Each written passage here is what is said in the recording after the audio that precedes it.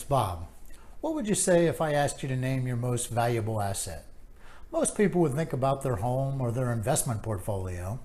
If you're still in your working years, your most valuable asset might be your ability to get up and go to work every day. But whether you're retired or still working, one of your most valuable assets is a good credit score. Your credit score can have an effect on everything from helping you to get a new job, finance a new car, a new house, or getting a credit card and the interest rate that you'll be offered on that new card. In short, a good credit score is crucial for your financial success. Now, if you've done the right things and you have a good credit rating, you want to make sure to protect it. There are lots of bad people out there who are going to go to great lengths to try to steal that credit rating from you. And if you've ever had your identity stolen, or you know someone who has, you know that it's a major headache to fix the mess that the bad guys have left you with. And it's also usually pretty expensive. So let's go over some of the things that you should be doing to protect one of your most valuable assets. First, make sure that you check yourself out on a regular basis. Have you ever Googled yourself? Interesting what you might find. But more importantly, you need to check your credit report to make sure that the information that the credit rating agencies have in your credit file is correct. You can get a free credit report once a year from the 3 national agencies. Now, don't pay any attention to those cute commercials offering to check your credit for you. Go to www.annualcreditreport.com and do it once a year. I schedule a recurring reminder for myself to make sure that it gets done. Next, make sure you're doing everything you can to protect your Social Security number. It's your most important personal identifier. Just follow a basic rule. Don't give it to anyone. Now, there are obvious exceptions. You'll have to provide it when you open a new financial account, apply for a credit card or a new job, but don't print it out on your checks. Don't give it out over the phone unless you've initiated the phone call, and don't put it on the forms when you go into your doctor's office. Now, they might ask you for it, and there's a spot on the form that they ask you to fill out, but don't do it. They don't need it. Here's another thing. Only carry the credit cards or checks that you absolutely need.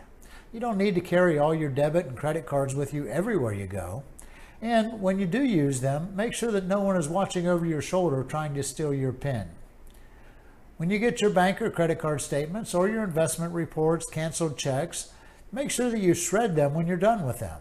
And use a cross-cut shredder. Dumpster diving is not beneath a determined criminal trying to get your information.